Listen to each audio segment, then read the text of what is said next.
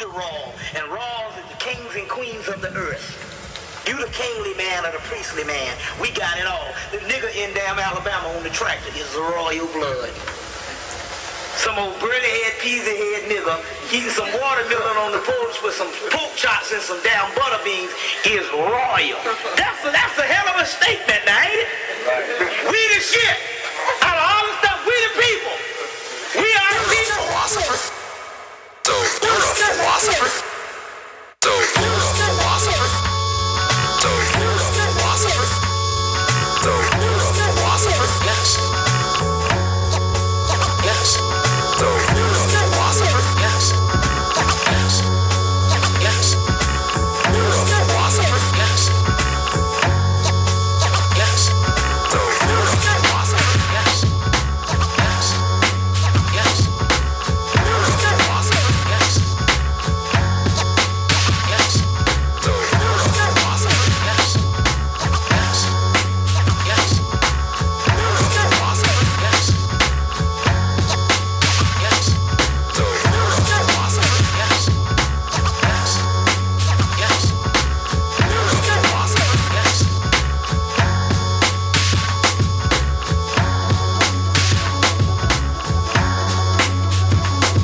Yes. You're a philosopher. Yes. Yes. So you're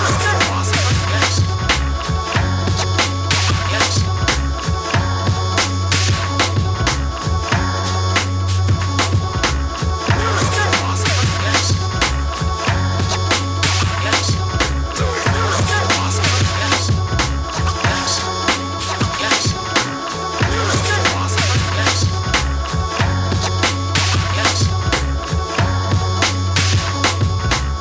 You're a philosopher. Yes. Yes.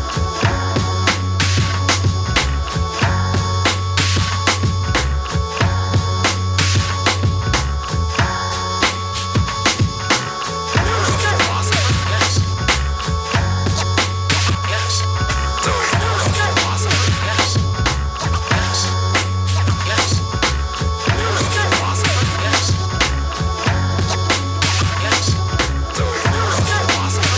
Yes. Yes. So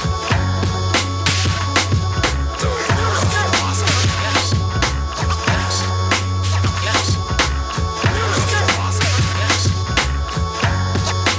Yes. So you're a philosopher. Yes. So you're a philosopher. Yes. Yes. Yes.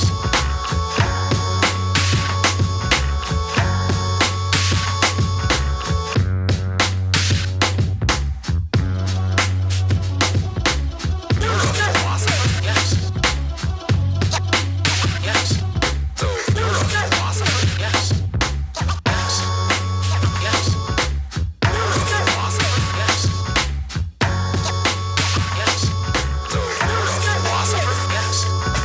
Yes. Yes. Peace, peace, peace. What's going on? What's going on, everybody? Welcome to Black Thought. I'm your host, DJ Wide Body, and this is Black Thought. Like I said, hopefully the first installment of many. Ladies and gentlemen, let's welcome our guest tonight. The reason why we're here from Jersey, now in the Atlanta area, let's welcome Brother Anani. Peace, Brother Anani. What's going on, man? What's up, family? Peace, peace. All right. Hey, man, good of you to make it tonight, brother. You know, it's Black Thought.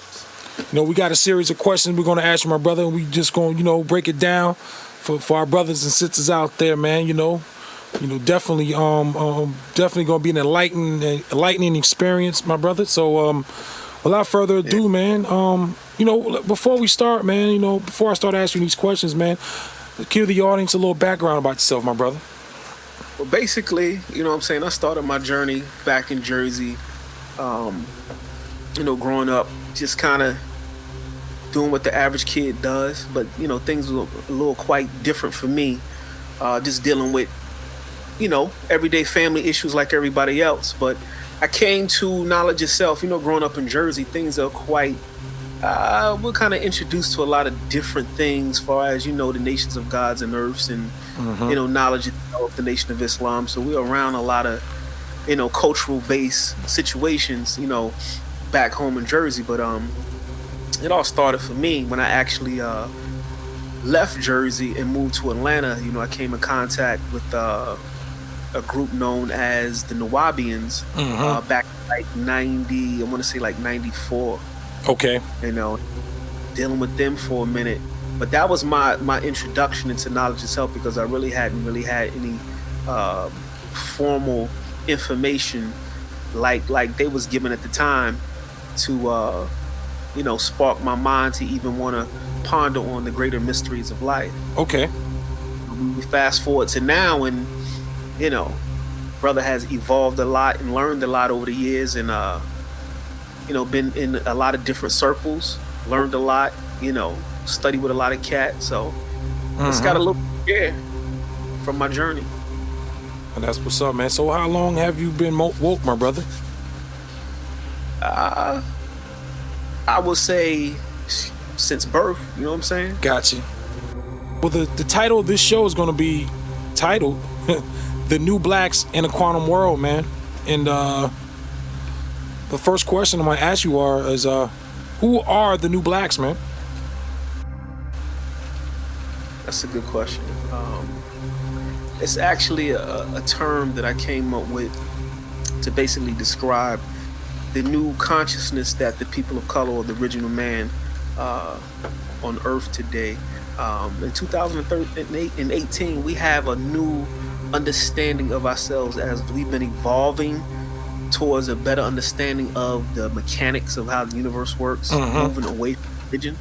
So you basically got a new mindset. You got a new mindset of people of color who are able to interface better with where we're headed, versus, we have some of us who are still in old ideologies such as religion and, just different formats that are kind of, I'm not going to say they're outdated, but as evolve, the science is now changing, and as the science change, you need to be able to change along with the science to able to be to adapt to what we're dealing with right now. So I coined the term "new black" because now we have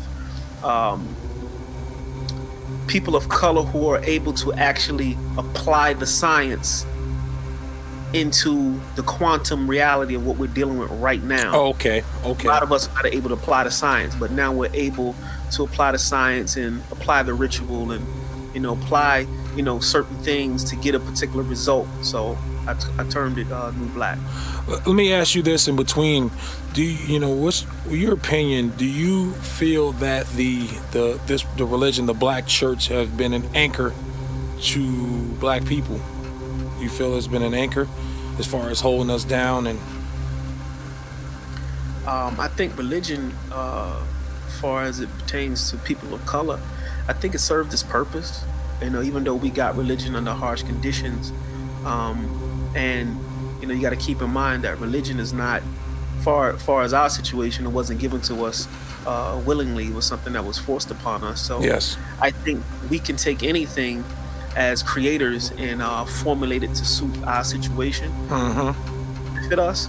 Yeah. But now we are, we're in a time now, Age of Aquarius, information age, where things are evolving and changing. Yes. And those old schools of thought are now not serving us the way we think they should.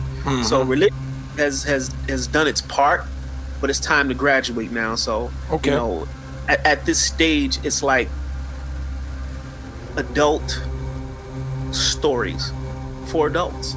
Okay. Moralism. It's good morally, but for where we're going, it's not going to be something that we're gonna we have to really kind of let it go and evolve away from it. So it's really served no purpose, has no value to it as time progresses. It has value. It has value.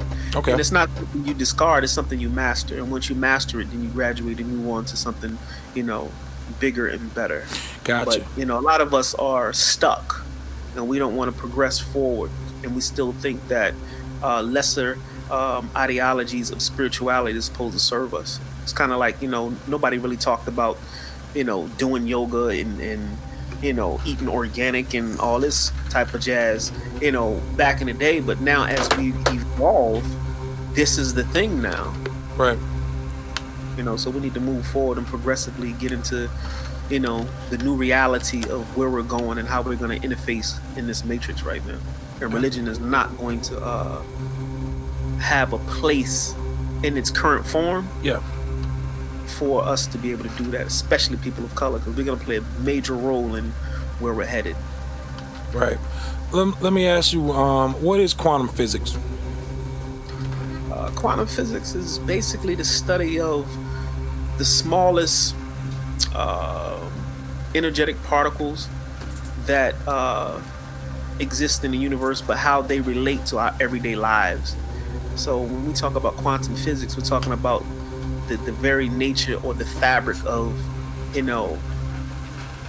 this world and how we relate to it, how consciousness relates to it, and, moving beyond the physical.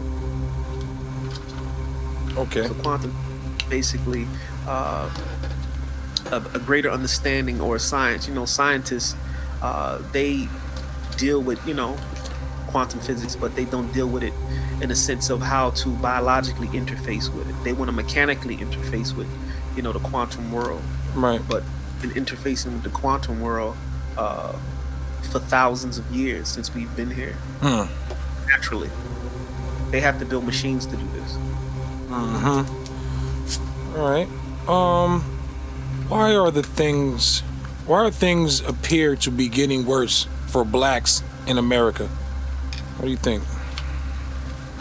I get that question, and sometimes I have to stop people and let them know that, when you look at, and here's why quantum physics and how we relate to it is so important, because when you're not able to look at the macrocosmic view of life, you only look from a microcosmic perspective, you only see what's in front of you. You only see your neighborhood. You only see, the next state over. You only see crime, how it relates to you, or situations, how it relates directly to you. But you don't look at the grand picture of how it relates to us as biological entities, spiritual entities, as well as, us all over an entire planet. So things are not actually getting worse for us. Things are actually getting better for us. But it's hard for the now the new black can understand where I'm going with this. The old black is still stuck. They're not going to be able to see that we are progressing towards something greater and things are getting better. Why do you think that is, though? Like the older ones? Well, you got to look at it like this. I'm going to give you an example. To a barbershop, and they're watching the news, and they always talk about or primarily showing us either committing a crime, involved in a murder, things of that nature. It's a reoccurring theme, and then that trickles over into the discussion in the barbershop of how we're either crazy, out of our minds, never gonna come together. The typical niggas ain't shit, niggas is crazy, that type of jazz. We ain't gonna never be able to get it together. We ain't gonna never be able to be in our right place. And this is the mindset of the old black. And the reason why they have that mindset, because they're not able to look at the big picture. Simple. Yeah, we're talking about the symptoms of a sickness, but nobody's talking about how the sickness was created in the first place. We talk about the fact that black people are committing crimes and doing undesirable things, and it seems like it's rampant and ongoing, but nobody talks about the environment at which breeds that mentality and what perpetuates it. Nobody, I've never been privy to being asked if I want liquor stores in my neighborhoods. Right. Or low quality food. See, these things are strategically and mathematically placed into our neighborhoods for a reason. Facilitate a particular environment that creates what I call the nigga mind. And we're not just out of our minds, because that's technically what it is, but we're out of our minds because there is a system that's in place that breeds such a mentality. And that goes all the way down to the music we listen to. Right, thank you. Music, food, our entertainment, everything. Right. It perpetuates that mindset. Right. So when you look at it, we have a tendency of talking about the symptoms, which is the robbing, killing, stealing, and all this other stuff. Those are symptoms of a sickness. But nobody talks about the actual disease itself and who is responsible for setting the stage and putting in all the ingredients to breed such a mentality. Black people never talk about that. They just talk about the end result of what they're seeing. Right. When you start peeling back the layers of the system that's in place that perpetuates this, then you'll see a different face, different situation. Nice. What would you say to someone that would say that there's such thing as black privilege? I mean, well, is there such thing as black privilege? My opinion on that is, let's take white privilege for instance. It's a false sense of security, to be honest with you, for them. White privilege. right. Because when you feel like just because you are who you are, you're entitled to certain things,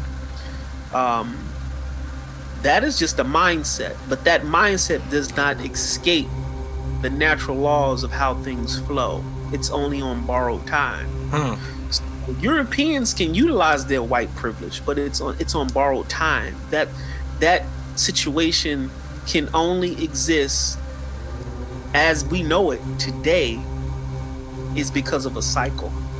And that cycle is slowly but surely dissolving, and it's on its way out. So now that's why you're seeing a resurgence of this thing that we call white privilege, because the more you losing something, the more you have to pronounce it. So the more they're pronouncing white privilege, and you see all these little situations where people are being asked to leave swimming pools and who are you and do you live here, because they're afraid. This system that they've set up is unraveling at the seams, and the more they lose control, the more they have to pronounce that they have control. You got to peep the game. Can I break down some of what the people that say there is such thing as black privilege? Let me break down some of the privileges they say that we have, quote unquote. More athletic scholarships, permission to keep it real. We wish a would, but they don't. Every stupid dance we make up becomes a phenomenon. White people never really know what we're thinking. We can't get away with saying things like "you people" and the N-word. So mainstream media is like totally obsessed with us. Although those are real, just out of this world. But that's what really people, to me, it just seems like it's got to be something. It's obviously there's an underbelly to it. It's not, you can't take it for face value, man. As far as, it's like, the BET thing. You guys have black entertainment television, which ain't BET anymore. The black, the colleges and all that stuff. And you're going to have critics that are going to say shit like that. You know what I'm saying? I'm pretty sure you've heard that as well. Yeah, I have, but when you look at the macrocosmic picture, the bottom line is that we're just out of position right now. But they know what position you should be in. They've assumed a position that's not theirs. You still have to feed off of something to maintain that false sense of position that you have acquired falsely. And exactly what you're seeing, they have a position. It's a false position. They know your position. You don't know your position, but they're feeding off the fact that they're in your position. But who you are. See, when you're a divine being that has a history that they know that surpasses anything that they can fathom, then you have to be able to understand their desire for survival. They're fighting for survival. Right. We don't like you because of your skin color. It's genetic annihilation. Dr. Frances Cress Welsing wrote papers, and she details very well the genetic annihilation of the European, because, like I said, they're on borrowed time. They know that. Yes, they do. I agree. And the thing about what's so beautiful about how our genealogy is so superior. Absolutely. They have to figure out a way to survive now. Right. And at one point, it was forbidden for race mixing. You know, allowed to get with a white woman if he was a black dude. And the thing is, now that seems a very popular thing. Yep. But here's the good and bad. Talk to us. Technically, it's all good, to be honest with you. It's all good, but let me explain. The bad is there is nothing that can come from the European gene. They can produce any other race on the planet. We can. Right. Black dude gets with a white chick, they got a black baby. Absolutely. Right off the bat. Ain't no... Exactly. So, even in their sense of we have to survive, and the only way is to survive is through us, it's also annihilation. Yes. It's damned if you do mix with us. It's damned if you don't mix with us. But it's genetic annihilation, because Europeans can't come from that. Right. So they're terrified. This is why their birth rates are dropping, and they're really scrambling right now to create this artificial, mechanical world to sustain their reality. This is why have AI and a lot of this artificial food and artificial this, and everything is fake now. Because this is the only thing that they can interface with. This goes back to quantum physics. Naturally, and this is why melanin is so important. But naturally, we are able to interface with the quantum world at a far superior method than the European. Okay. We don't have to build quantum computers and particle accelerators to figure out things like the Big Bang and who or what is God. They have to build machines to figure this out. We are biologically structured and engineered to interface into the quantum world, and that leads into to us being able to have access to information that they can't get outside of these bodies. See, technically, there's no such thing as death. So, once we transfer energy from these vessels, you gotta understand that where we can go, they can't go. They can't go but so far. Right. So the best thing they got going on is what they got here in the physical world. So their heaven and everything is right here. Gets no better than this for them. So self-preservation like a mug right now. All the Yeah. They okay. I kind of like, you see these old, Geraldo Rivera talk show, they're on there and they're so, so concerned about, the purity of the white race and all that. Now, I've been saying this for years. I say, man, that's 20, 30 years down the line. You're not, and now that's a fad now, interracial relationships. A lot of people, co-workers, if you will, they hold them like trophies on their arms, and that's the thing to do. So with that, it's only a matter of time. And like you said, they know that, man. That's real. 100 years. will be darker than it is now. There's nothing that they can do about that. Nope. Nothing they can do. So when the question is asked, are things getting better for us? If you understand the science, then you would know, yes, they are. Dope. All right, man. Let's ask you this, man. Who are the chosen for end time events? Explain that. And what does the end mean? That would be who are the chosen for end time events, the chosen race, the chosen group. That will be you and me, my brother. All right. I say that to say that, when it all goes down, and keep in mind, when we speak of the end, we're not speaking lights out, it's over. We're speaking of the end of one level and onto a new level. Okay. You waste nothing.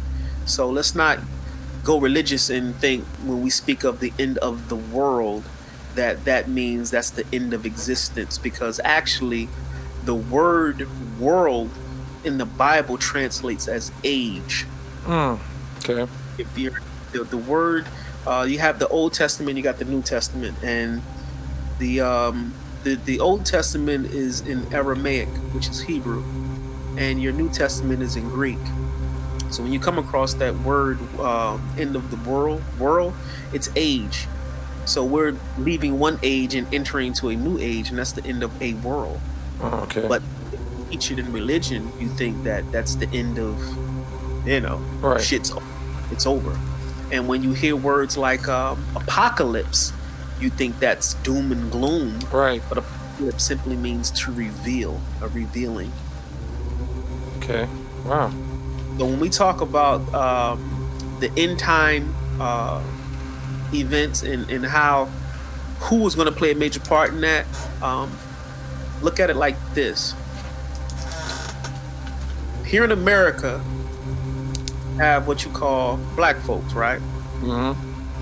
And we are like the displaced black folks from the continent, so to speak, right? Yep. This is what they teach.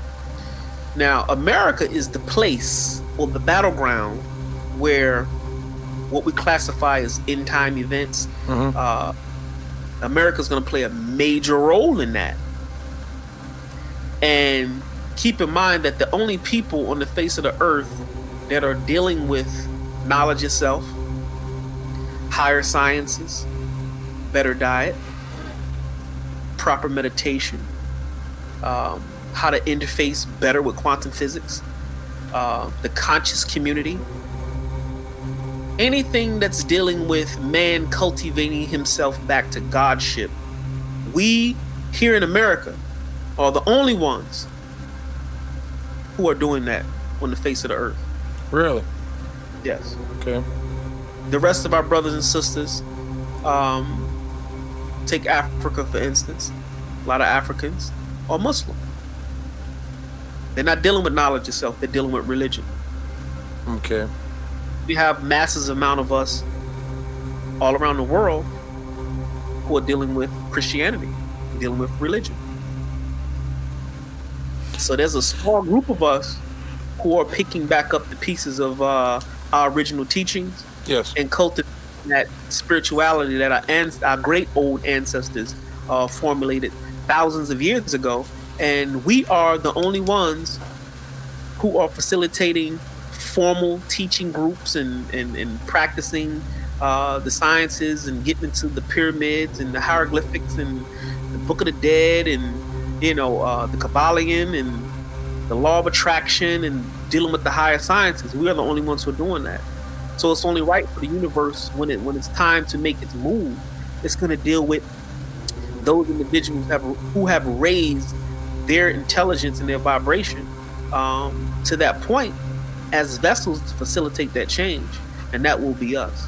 And much love to all the brothers and sisters around the world who are still in religion and all that, because the universe wastes nothing, so it's all good that they're doing what they're doing.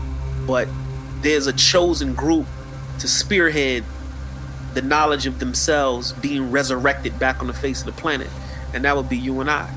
Okay. The universe has a job for us, and this is why we're the only ones who are in the ancient books and embracing ancient teachings. Nobody else is, like us here in America. So America's the battleground, and we are the resurrected gods that have a job to do. Well, let me ask you this: why do you think that's one of the reasons why we were introduced to that in, say, regular, grade school, as far as these history books are concerned? It seems like to me history was very, very, what was in the text was very methodically and strategically planned out to what we were going to be exposed to.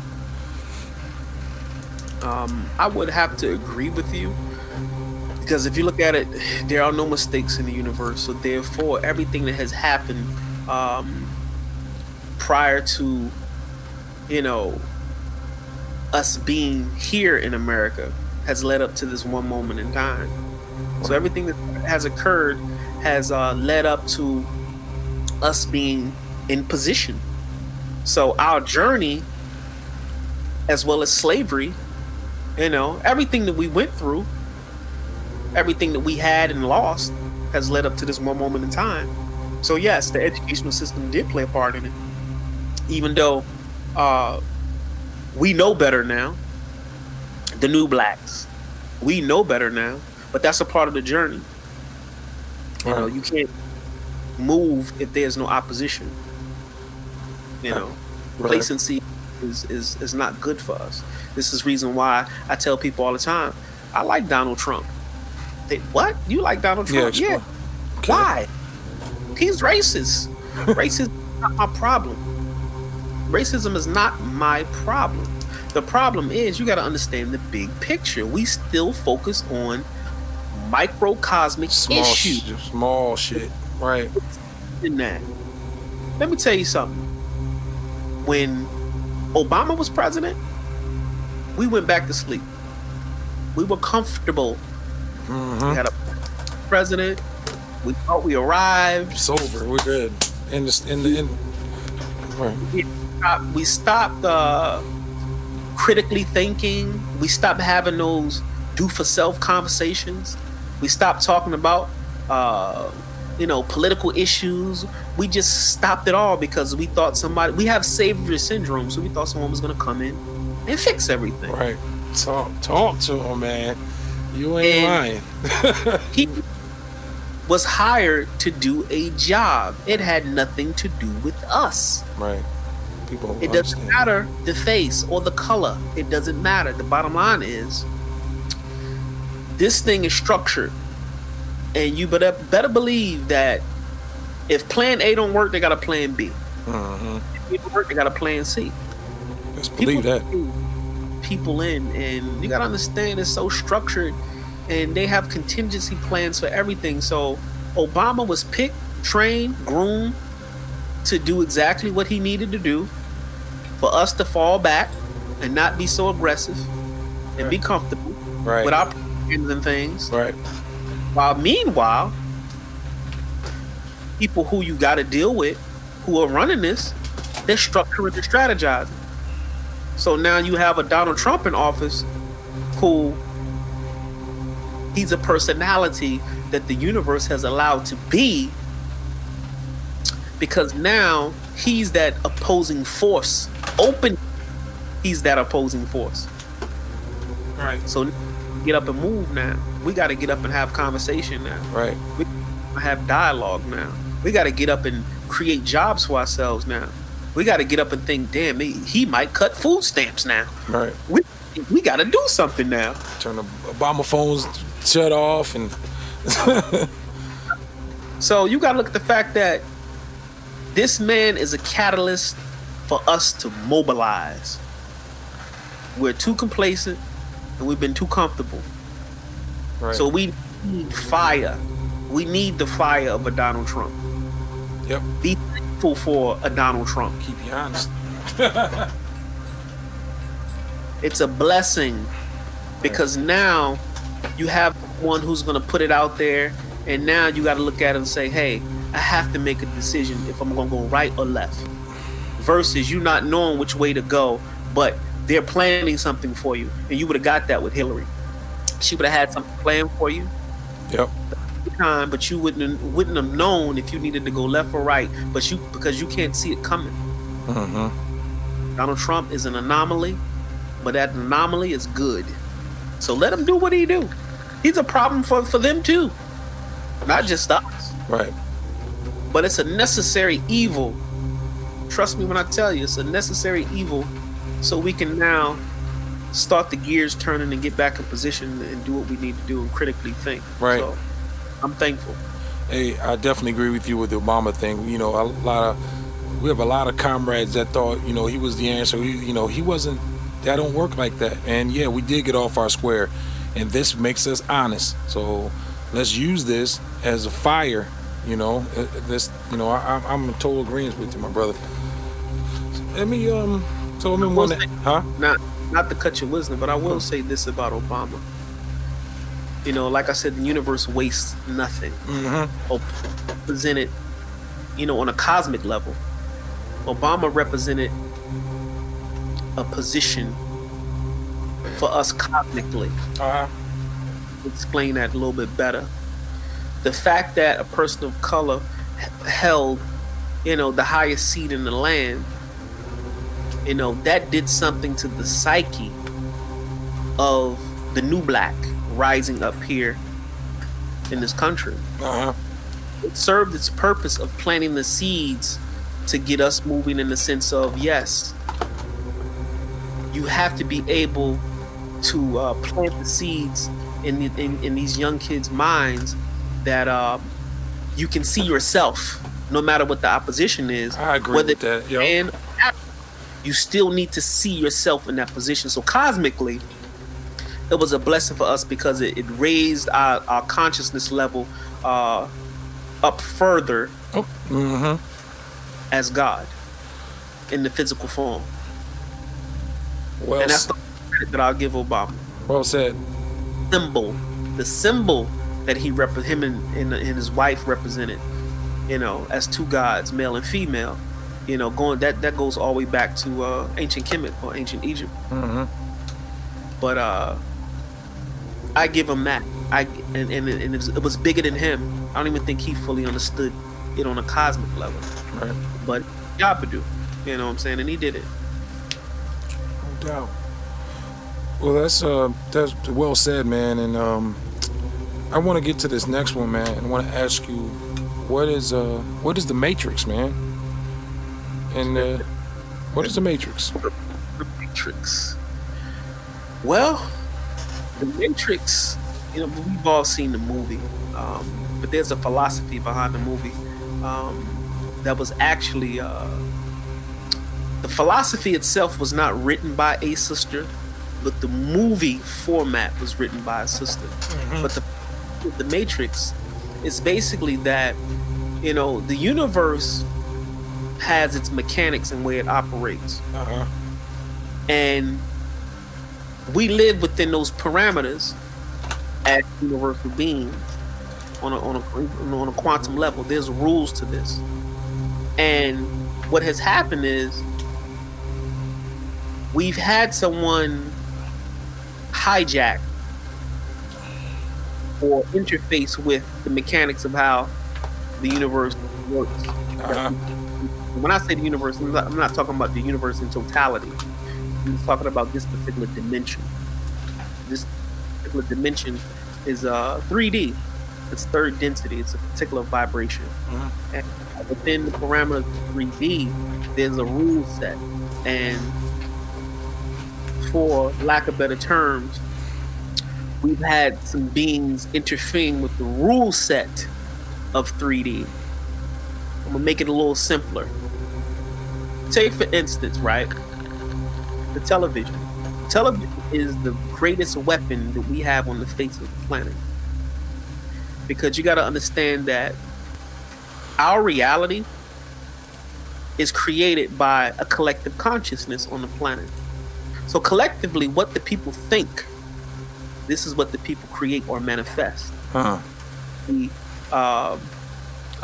default or purposely, but most of it is by default because people don't even realize they have that level of power to create an entire reality in a dimension. What happened is, when I say someone or some beings have hijacked or interfaced or manipulated the rule set, is because if you take the television, right, and you say, I'm gonna use it as a weapon. Well, how are you gonna use the television as a weapon? Well, if I understand that everybody on the planet collectively creates this dimension, and collectively everybody on the planet can create a nice, peaceful, wonderful world if they so choose. Only thing I have to do if I want to control these people is to manipulate their minds into creating the reality that I want, where I can sustain my position of power. And this is exactly what's going on now. The Matrix is basically a control system that has hijacked your perception. This is why when you watch the news, you're constantly seeing murder, kill, rob, steal, bad stuff constantly. Right. And the more you have this stuff bombarding your mind, and the more you have these things implanted on your subconscious mind, and you go out and you think about these things, and imagine if you have millions upon millions upon millions of people who have been conditioned by what they've seen through media and television and in books. What type of world do you think they're going to directly create by default? The one that they've been... By their own thoughts. Right. So the Matrix basically is, yes, collectively this is our reality, but somebody is manipulating our reality. Why?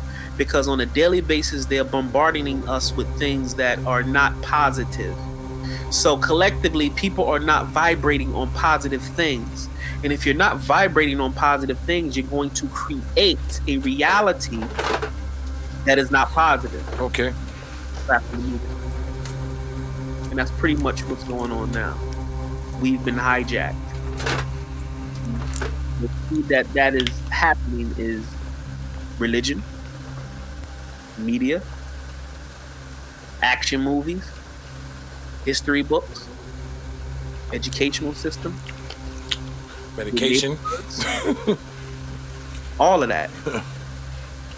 So collectively, people are creating a very bad reality for themselves, and they don't even know that they're doing it. Right.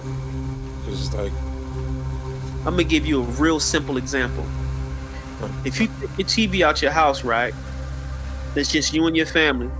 There's no radio, there's no TV, there's no nobody comes over and gives you any information on what's going on in the outside world. And you do this for like a whole year. You don't know about nothing that's going on. You're not reading the newspaper, nothing. You're not on your cell phone, no internet, no nothing. Do you realize the peaceful reality that you're going to create for yourself?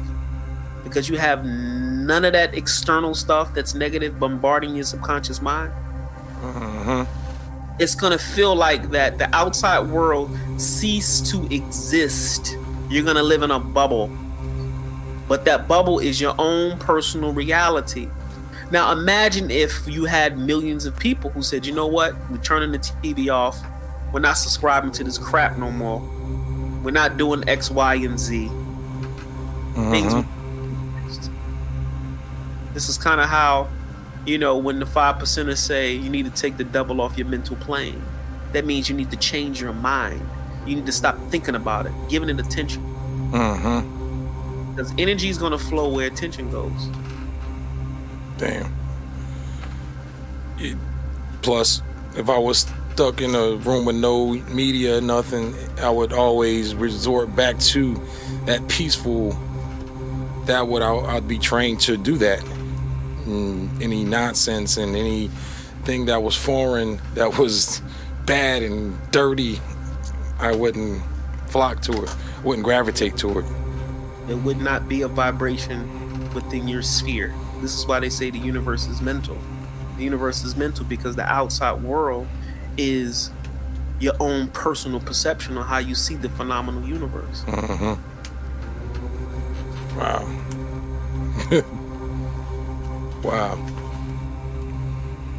Wow. So we got to control of our minds and what we put in it. Meditation is always good. Proper breathing is always good. Good diet is always good.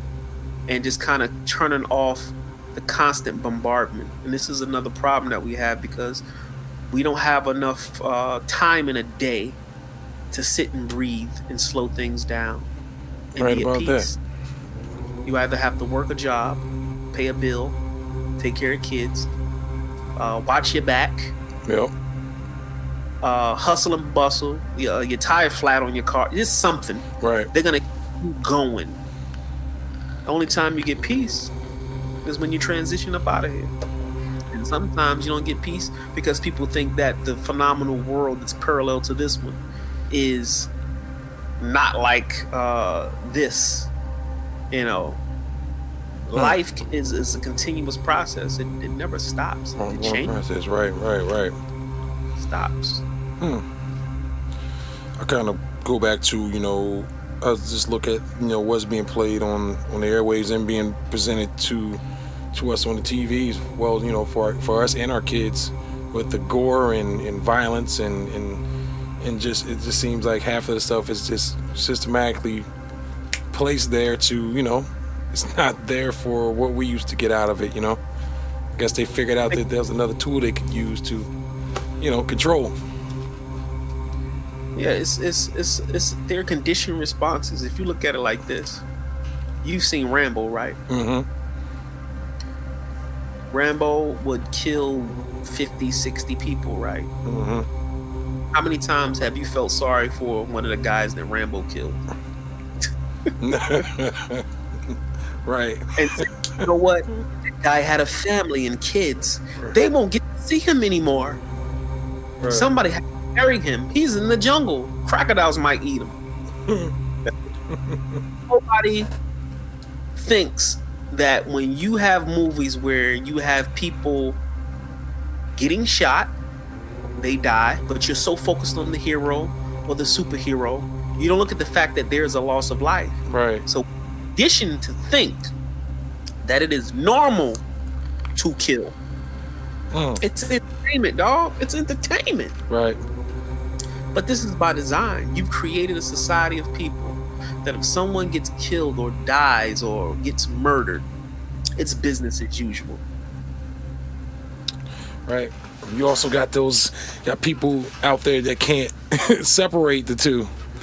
And that always disturbed me and always scared me. You got people all the time quoting Godfather stuff and Scarface stuff, and people are actually doing and recreating that shit, man. It's entertainment. Yeah. Recreating that stuff. You ever think to yourself, and I've had this conversation before, but you remember those Friday the 13th movies? Yeah. Where you have this, in Halloween, you have the one guy who's going around killing people. Mm-hmm. He's got the big knife, and he's taking this big knife, and he's stabbing the girl and cutting people's heads off. Mm-hmm. This is entertainment, dog. Right. This is murder is entertainment. I never. But yet, we're saying we have a societal problem with, kids killing and senseless this and senseless that. This is American society. This is the culture. How you gonna create the culture and then turn around and complain about the culture's a problem or Right. society is a problem? It's insane. Yeah. Ain't mine. It is. It's so backwards. As I cultivated and got myself together spiritually and culturally, I asked those critical questions. Like, why would I go to a movie to see somebody run around and murder people? Something's wrong.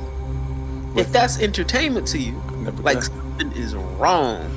If you paid your money to go see people get murdered. Right. No, but nobody ever asked these questions, ever.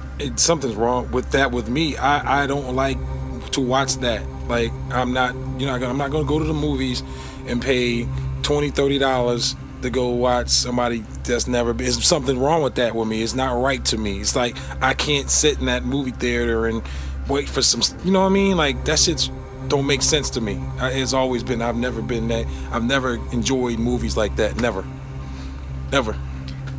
But who makes these movies? Europeans. Mm-hmm.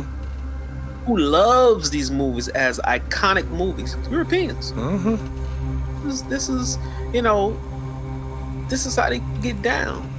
So when you understand the nature of what you got to deal with, then you know you get your shit together accordingly.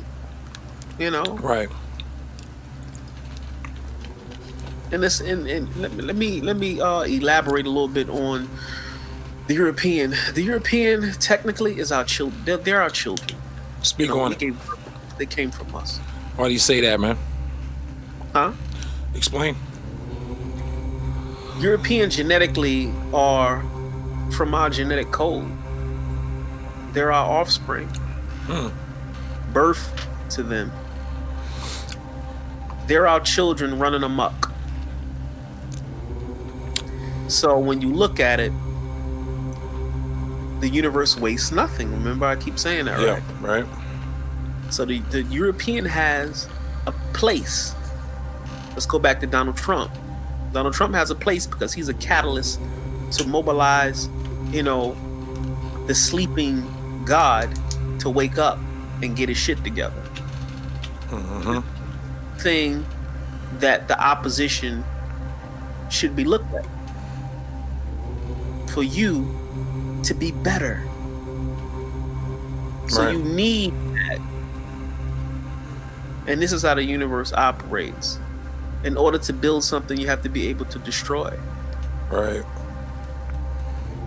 And who do we say destroys the earth? Well, Destroys the earth and robs nations and create diseases. And keep in mind, you have to ask yourself, this goes back to the little horror movies where they run around with big knives and kill people. mm-hmm. Who sits in a lab that creates a virus to kill millions of people? What mentality is that? Europeans. Who bombs that you can drop on a country and just decimate millions of people? True. Who decides to take bad meat that has gone bad from a good part of town to ship it to the bad part of town and feed it to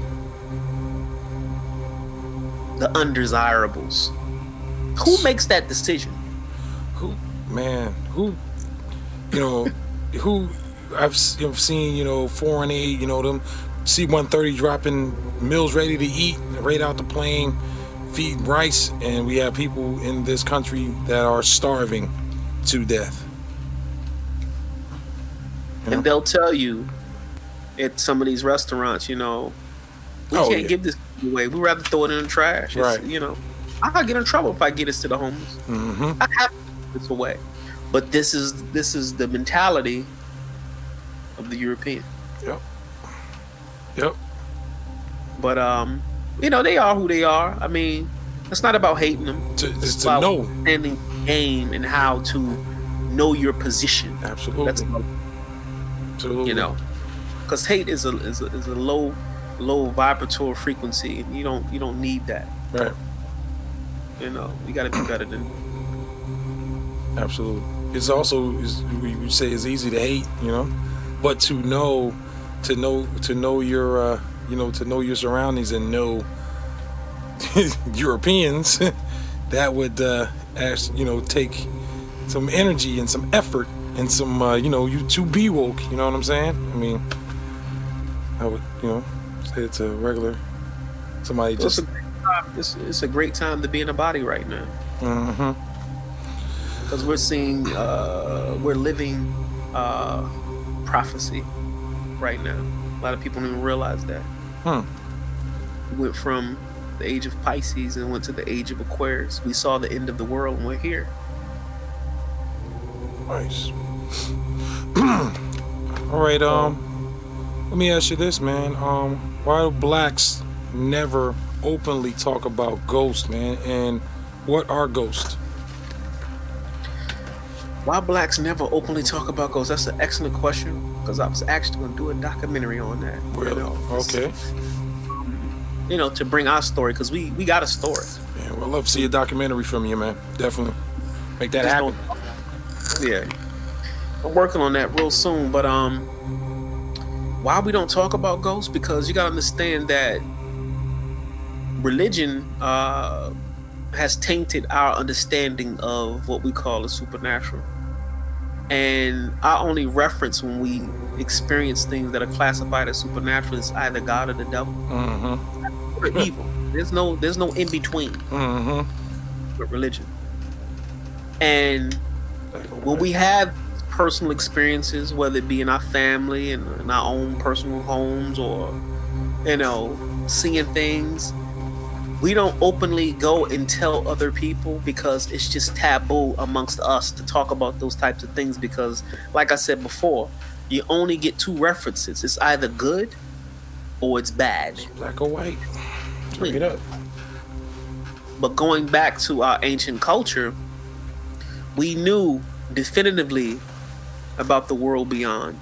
That was a part of everyday life and everyday culture. And that was not something that we had to speak of in the shadows. So one of the reasons why we don't talk about things that we classify as ghosts is because of our religious upbringing primarily. And another thing, to be honest with you,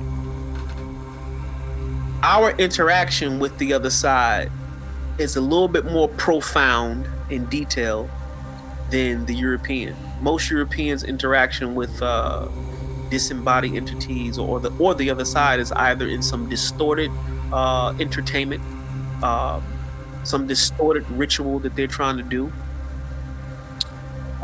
It's made mockery of when they're walking around with microphones and these little meters and things trying to pick up EVPs and all this other stuff. Their interaction with the other side is it's a distorted relationship. Primarily our interaction with the other side, we get messages, but we don't speak of that. We get visitations, but we don't speak of that. We get a lot of information, but we don't speak on that. And one of the reasons why we don't get our movie. You ever wonder why they've never made supernatural movies with black folks? Like ghosts don't even fuck with us. They don't even come see niggas. What is that about? Yeah, right. They only come see white people. Only white people see ghosts. Right. They're the only ones in touch with the supernatural. Exactly. And this is the full. But the reason why the powers that be have never shown or given us the spotlight for that, because the information we gonna get from the other side It's not gonna be good for them. Nah. So keep niggas away from that. Keep them out and give them misinformation, because we know, we done wrong some black folk on this side, and you got black folk on the other side giving us instructions on how to whoop ass on this side. So no, you have friends on the other side, nigga. That's just the way it is. Right. So we've been conditioned not to interface, but we do interface. We just don't openly talk about it. Right. And that's why I want to do a documentary, because I want us as a community to start openly talking about their experiences. You'll be surprised what Tyrone down the street gonna tell you about some shit that happened to him, but he ain't never told nobody. Ever. You'll be surprised. Yep. But ghost is like a derogatory word for a disembodied soul. Okay. And there are different names, but ghost is like a slang word for a person who has transitioned from utilizing a physical body, and now they don't have a physical body anymore, so they're existing in a vibration or a vibrational field that is higher than 3D, but they're still there. They just don't need a low density, low vibrating vessel to participate in shit here. So in order for us to be here, we got to take on these bodies. These bodies are vibrating low enough for us to be quote unquote have the illusion that things are tangible. And then the universe is tangible. Right. It appears to be solid, but on the quantum or atomic structure, It's all particles. It's all energy. It's all atoms. And atoms are small units of energy that are vibrating constantly. They're never still. So the world that you think is physical, it actually isn't physical. It's a perception. And the rules that govern this particular dimension says, okay, the vibration is too slow, so you can't walk through the wall. The vibration is too slow, you can't fly. The vibration is too slow, you can't readily see disembodied entities or ghosts. Because the laws governing physics on this dimension says you can't do that. But once you leave this body, that vibration speeds up. You're not in a physical body anymore. You're in what you call a light body. Okay. Light energy. Energy is vibrating. So the laws have to change. Now the law says, oh, you're in your energy body now. You can walk through the wall. Oh, you're in your energy body now. Oh, you can fly if you choose. Laws change. The rules change. The rules change. This is why people say it's very limiting to be inside of a body. But once you transition out of here, you know, you realize, hey, this shit is the bomb over here. And some people are told, it's not your time, you got to go back. Well, I don't want to go back. Near-death experiences. People are told, no, you got to go back. You can't hang with us. Not right now. It ain't your time. Wow. But they want to stay because they're outside of the limiting space of a physical body. And we think this shit is the bomb. But if we study our ancestors and the things that they left for us, we would fully understand that they are greater things that are waiting for us as we transition out of physicality into real life. Because technically we're dead now. Damn. So this is like a vessel. I'm just inside of a vessel right now. You said. If you leave your home, which is a higher vibration, and it consists of light, and the rules say you can do much more, and you took your vibration and you slowed it down and you got inside of a body, that's a form of death. Oh. Okay. Wow. So leave this body, you're going back home, you're free. And religion teaches you get two options: door number 1 or door number 2, heaven or hell. And these are concepts that they created to give us through religion, to keep us in line.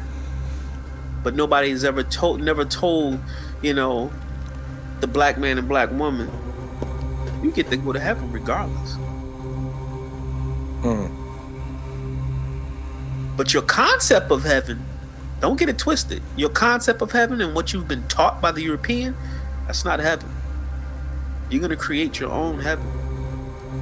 So if you was a jackass here, you're going to create your own jackass situation. That's not to say you have to stay in that jackass situation, because you have to outgrow it. Right. You can't escape the things that you are putting out here in the type of life that you live here. That's why I tell people, you know, be in service to humanity, help people as much as possible, be selfless as much as possible, and create good Ari or good karma for yourself. Right. Because the only thing that you're going to take with you when you leave here is your conscious mind and your subconscious mind.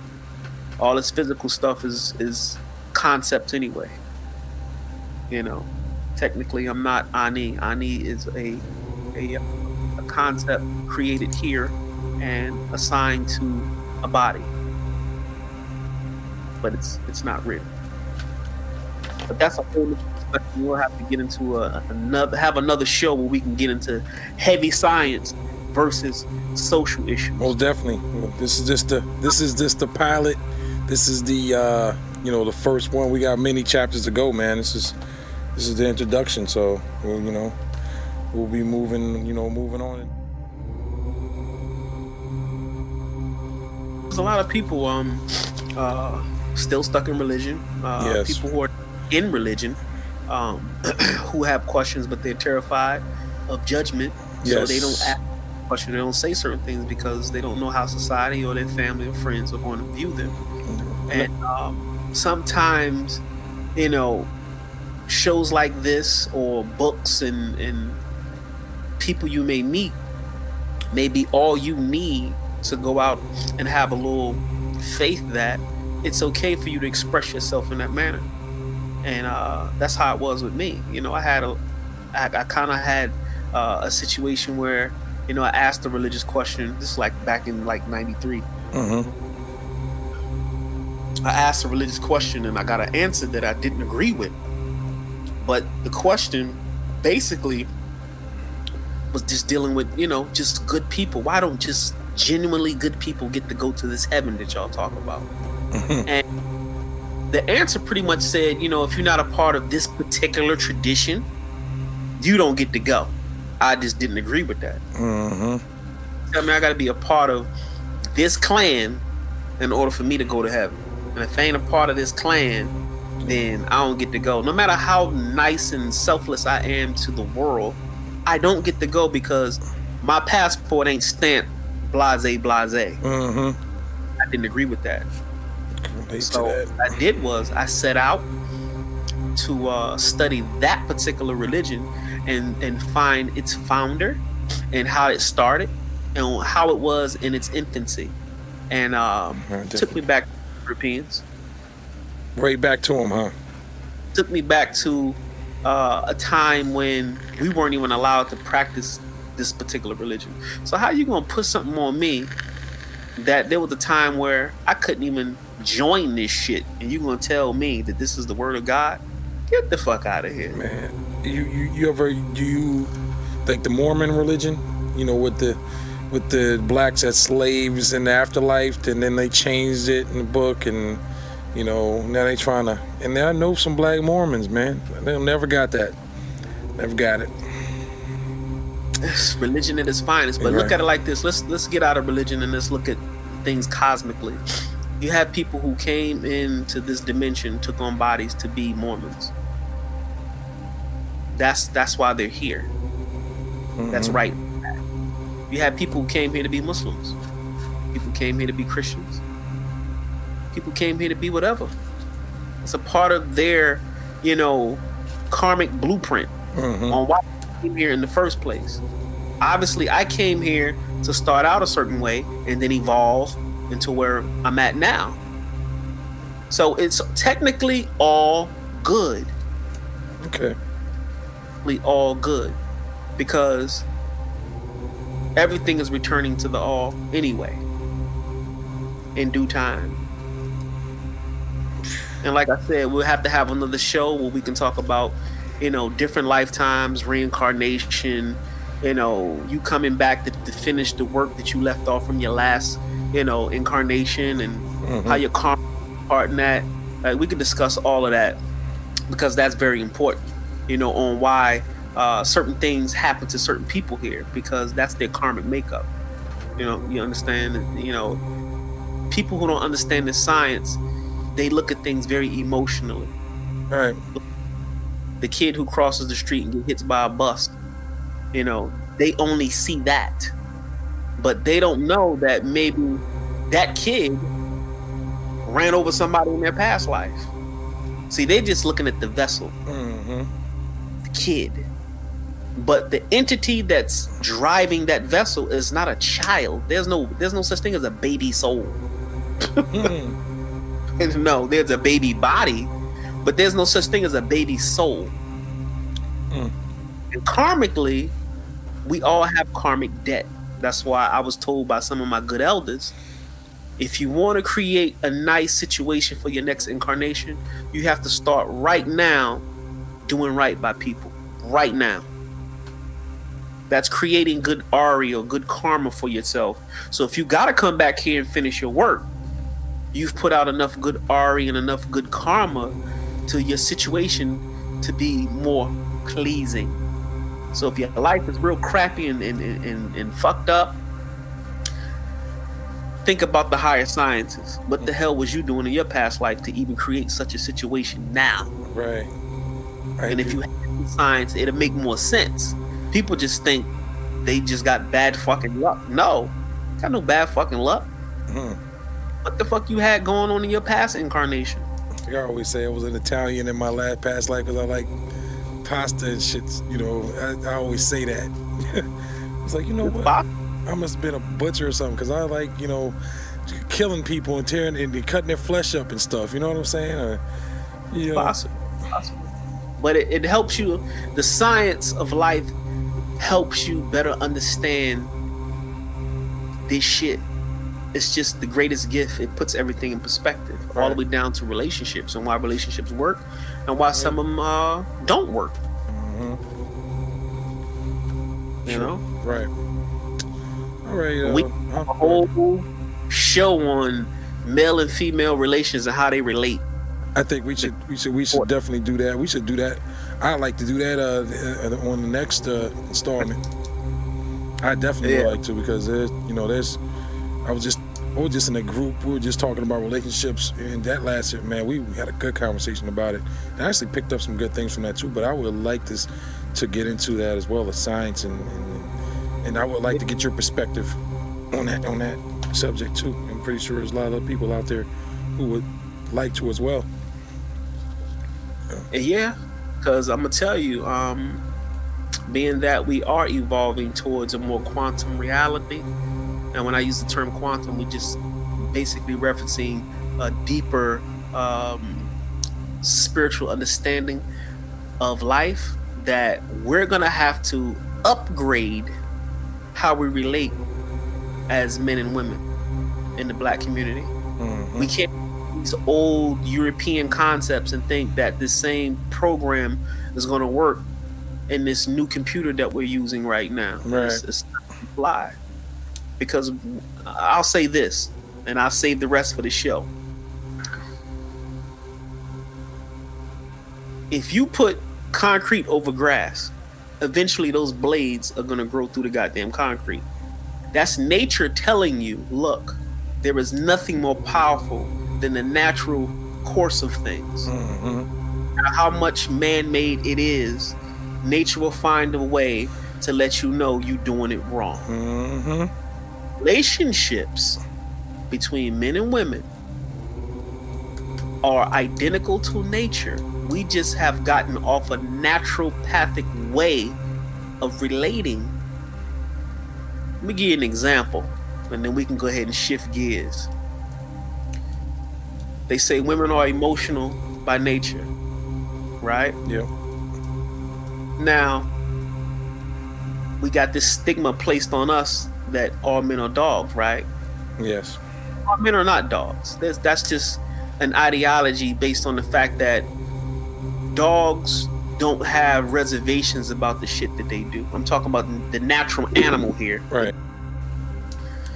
You know, they'll sniff another dog's ass. They don't give a fuck about that. They'll sniff a dog's ass and keep it moving.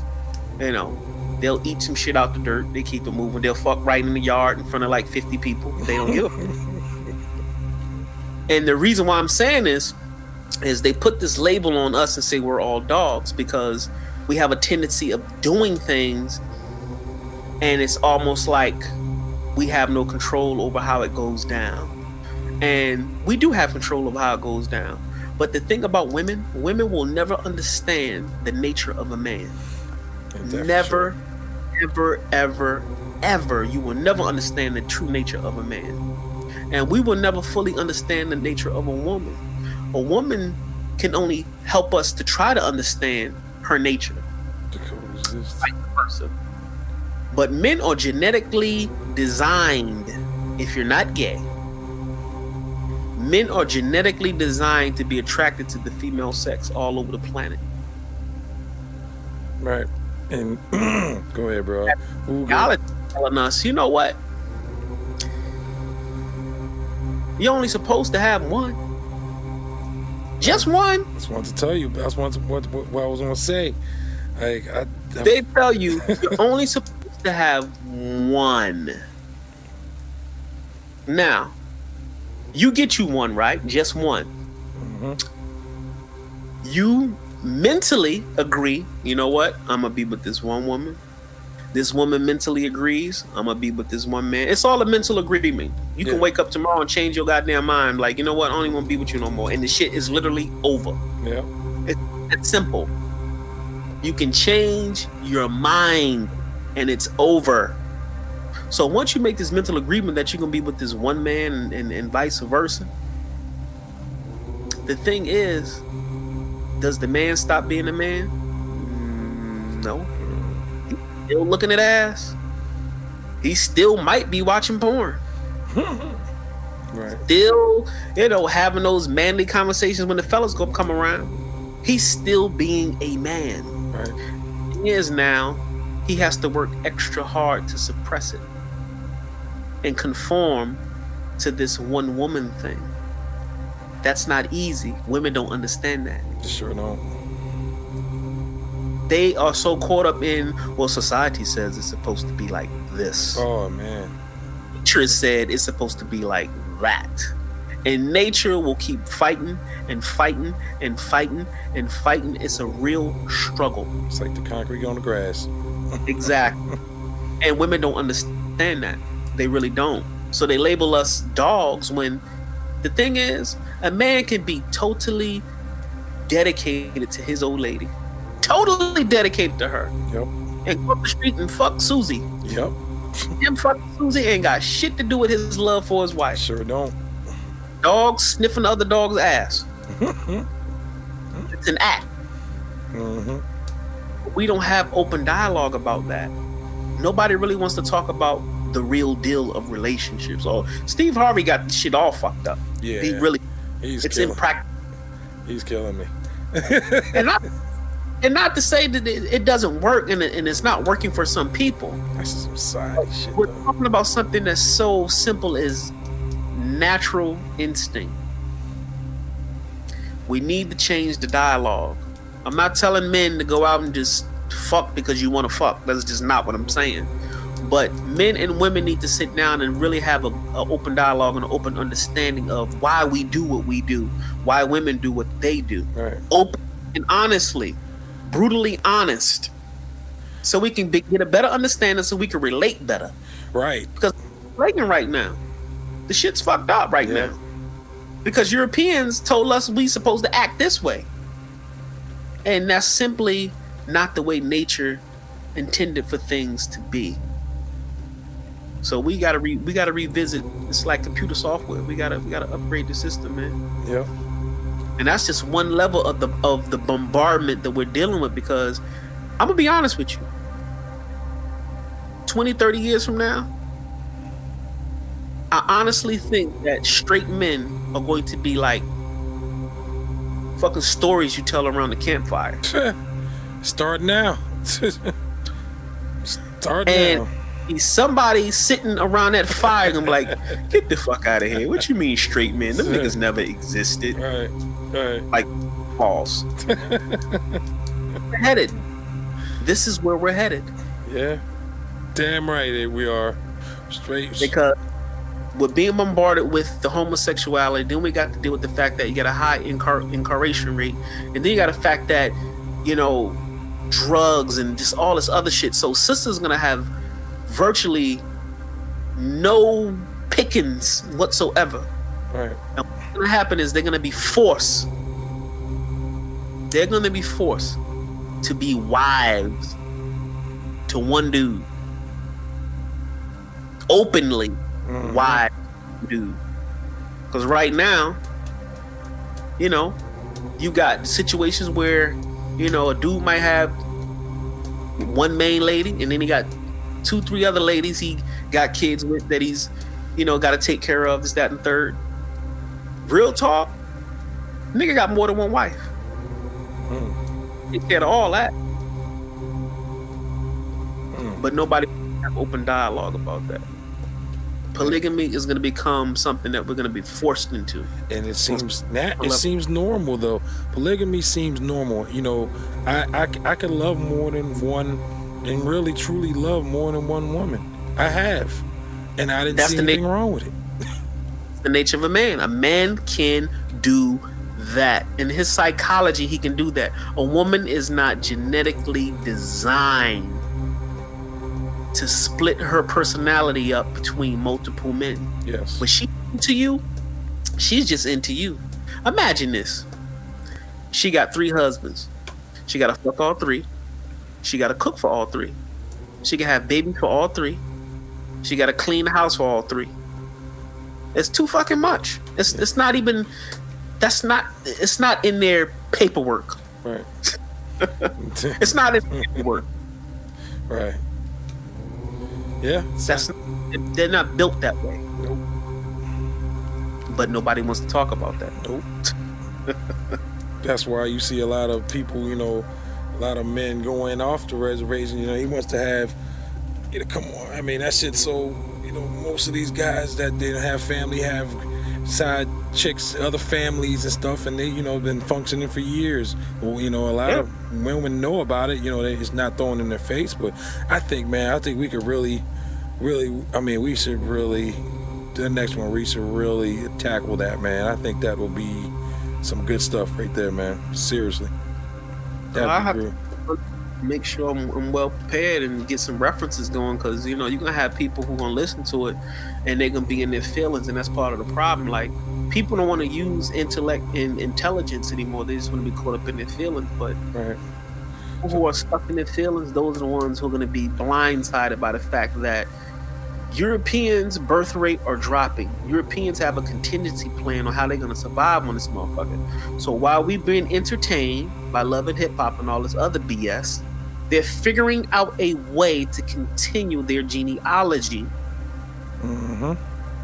But when we talk about these things, we in our feelings because we have this possessive mentality of mine. That is mine. No. I had an old dude tell me, yeah, man, I was in love with this chick. I went to talk to my dad, and my dad said, you know what? His name was Jesse. Jesse was heartbroken over his girl. And his dad said, Jesse, you know what? That ain't your girl. That ain't even your pussy. That's. And he said, what do you mean, Dad? That's our pussy. He said, she is going to bone whoever she wants to when she gets ready. So anybody out here in this world, collectively, plural, that's what he meant by this is our pussy. Right. That's not you. Because people have free will to do what they want to do. And that's one of the biggest things that people haven't figured out, the fact that we came in this dimension with having free will. You can choose to use it anytime you get ready. Right. I love, I listen to Will Smith and Jada, some of their little philosophy, tidbits that they put on social media. But they're right and exact. Like, happiness is something that you got to go get for yourself. Yeah, and cookie cutter, man. Happy's not cookie cutter, bro. It's definitely what worked for you. Yeah. They fragment things going on, but we getting it together. No doubt. Slowly. But those you got some of us who gonna go into the night kicking and screaming, and then you're gonna have the new blacks who understand the science who gonna be like, okay, boom, I'm prepared and I'm ready. Got somebody that you gonna have those that don't want to hear it but need to hear it. You got some that don't want to hear it but wants to hear it. Meaning, I don't, but I need to hear it. But you need to be heard. It needs to be heard. Oh, definitely, man. I got a couple more for you, man. What's the state of black man? What's the state of the black man and women in America on how they relate to one another? Kind of touches on how they relate to one another in America. The black man and the black woman. Yeah. They're actually at odds right now. Do tell. They're at odds, not to get too deep in the relationship aspect, but they're at odds for a power struggle, because the feminism movement is empowering women to take on positions. Man. God. Yeah. Empowering women to take on positions that is replacing. Let me rewind. You got male and female energy, and male and female energy has a place, and the fact that you're taking women and you're putting them in male energy driven scenarios, in positions of power, in jobs, what it's doing is creating an imbalancement naturally on how men and women relate. Not to say that women should not, do certain things, but it's part of the problem. Take for instance, women were originally designed to make sure your family was straight, make sure your kids were straight, make sure your, she ran the kingdom. She was in charge. And when you take a woman out of her natural element and put her in male-driven scenarios, what you think's going to suffer? What's going to suffer is your children, your family, and all this other stuff. Because women are now have lost their way from being the nurturers and the gateways. And when I say gateways, that everybody comes to a woman. Now that's been distorted, and the greatest resource that we have in our communities is the black woman. And once she gets corrupted, every child that comes through that gate comes through corrupted, because she's the first teacher. Right. But these women with these ideology of I don't need a man, or I'm the breadwinner, and all this other jazz, it distorts the natural balance of things, and that's what we're dealing with right now. Man, you don't have women who, I hear a lot of women say, I don't need no man for this, I don't need no man for that. Yes, you do. You need a man in your life, because that's how the universe structured this. And anytime you say that, that's proof that there's disorder between the man and the woman, especially here in America, because America is the breeding ground for any distorted thing that can go on, and we classify that as freedom. right. Too much illusionary freedom is bad, because there's no structure. This is one of the reasons why you have countries like China that are surpassing us, because they have structure. We look at their country, I can't live over there because they're communists and their government tells them what to do and yada yada yada. But if you look at it like this, that structure that they have, make sure their kids are smarter than yours. Make sure they surpass you economically in the world. Mm-hmm. Order. And when you go to a country who says, hey, I can put a tin up over here and shit in a pot, and because this is America, Jack, I can do what I want to do. You have disorder, and that's pretty much what we're looking at, a conglomerate of a whole bunch of shit going on. Now, don't get me wrong, America is a very great place to be, because this is Africa technically. That's a whole nother discussion we can get in later, but we're already home. This is our home. It's just that we have foreign invaders on our land, and they're telling us how not to interface with nature, how to do this, that, and third, and it's corrupting everything. So how men and female relate, it's distorted, because the women have taken on the role of the man, and the man has taken the role over the woman. True indeed. True indeed. Man, We not get into the whole homosexual thing with the girls who want to be dudes and the dudes who want to be girls, and that's heavy in the black community. Heavy. It's also, I've seen too, with these basketball guys got to pay a lot of money a month for a kid. Child support. You got a lot of women that don't want the man, can do it by myself, but I want the kid. I want to bear a child, but I don't want the man there. But give me the money for that kid. Let me raise him myself. I don't want you involved. You got a lot of that going on too. These independent ones that can do it all, and you got the ones that think they should, their kids should say Happy Father's Day to them because I'm the father and the mother. That's becoming a big thing as well.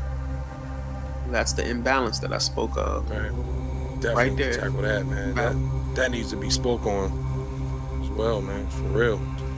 Let me ask you this, man. What would you tell a young man who is young and he doesn't have any knowledge of self or anything? In one paragraph, what direction how would you get this young man to basically where you are? I know it takes time, but what highway would you put him on? Explain. Technically, I can't. There's no highway I can put him on because where I'm at, I was assigned this. Okay. Where he is, he's assigned that. So people are at different junctures in their life because based on their assignment incarnating inside these physical bodies, they have certain things that they came here to do. So they may transition out of here at whatever age and come back and pick up and, go through 2 more lifetimes before they even get to the point of where I'm at. So people are perfectly where they are supposed to be. That's why it's dangerous to try to unplug somebody from the Matrix before their time. Going back to the movie, Morpheus told Neo when they were standing on the street. He told him, yeah, you unplugged from the Matrix, but everybody in the Matrix is a potential agent. And a lot of people didn't quite understand that because they looked at it from an entertainment perspective. Mm-hmm. What I'm saying is, everybody who's not conscious, I'm going to use that term conscious. Okay. Everybody who's not conscious or unplugged from the Matrix is a potential agent. Meaning, say for instance, you become conscious in this lifetime. You're like 25, 26 years old.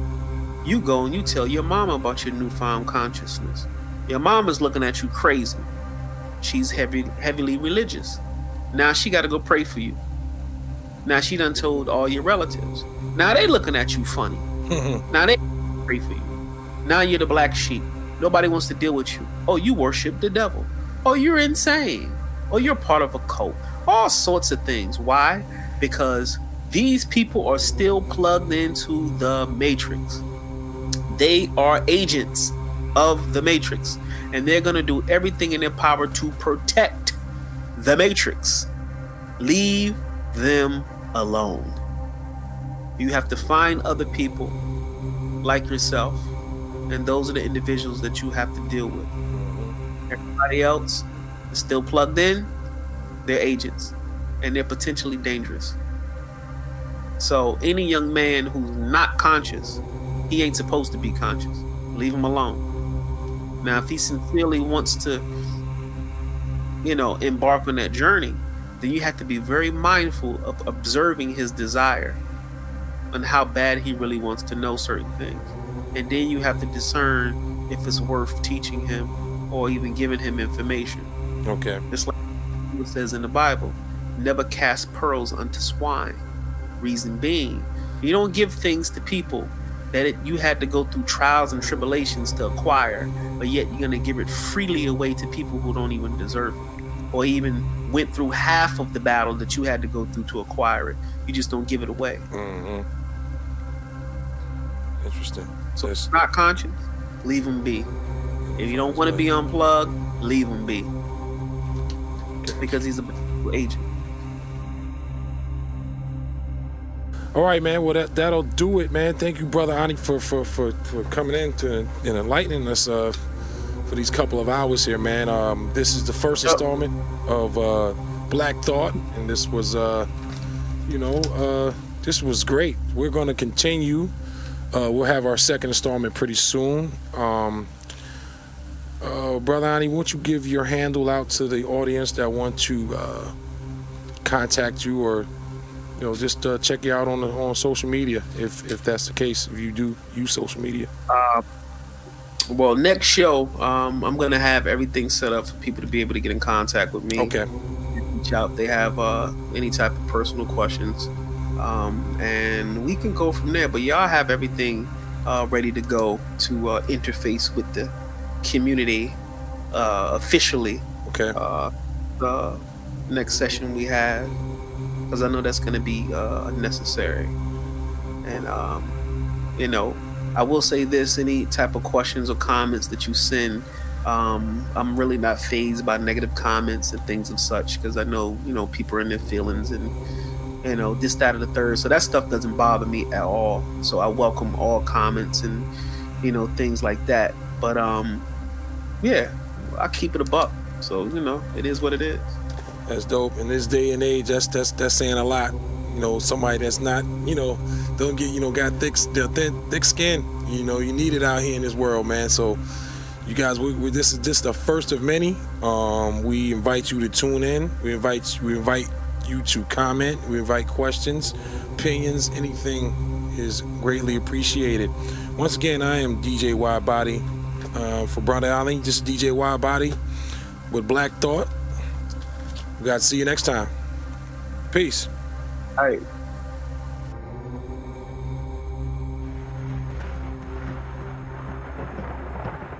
We the Raw, and Raws is the kings and queens of the earth.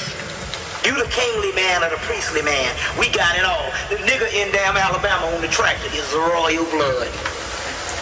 Some old burly-head, peasy-head nigga eating some watermelon on the porch with some pork chops and some damn butter beans is royal. That's a hell of a statement now, ain't it? We the shit.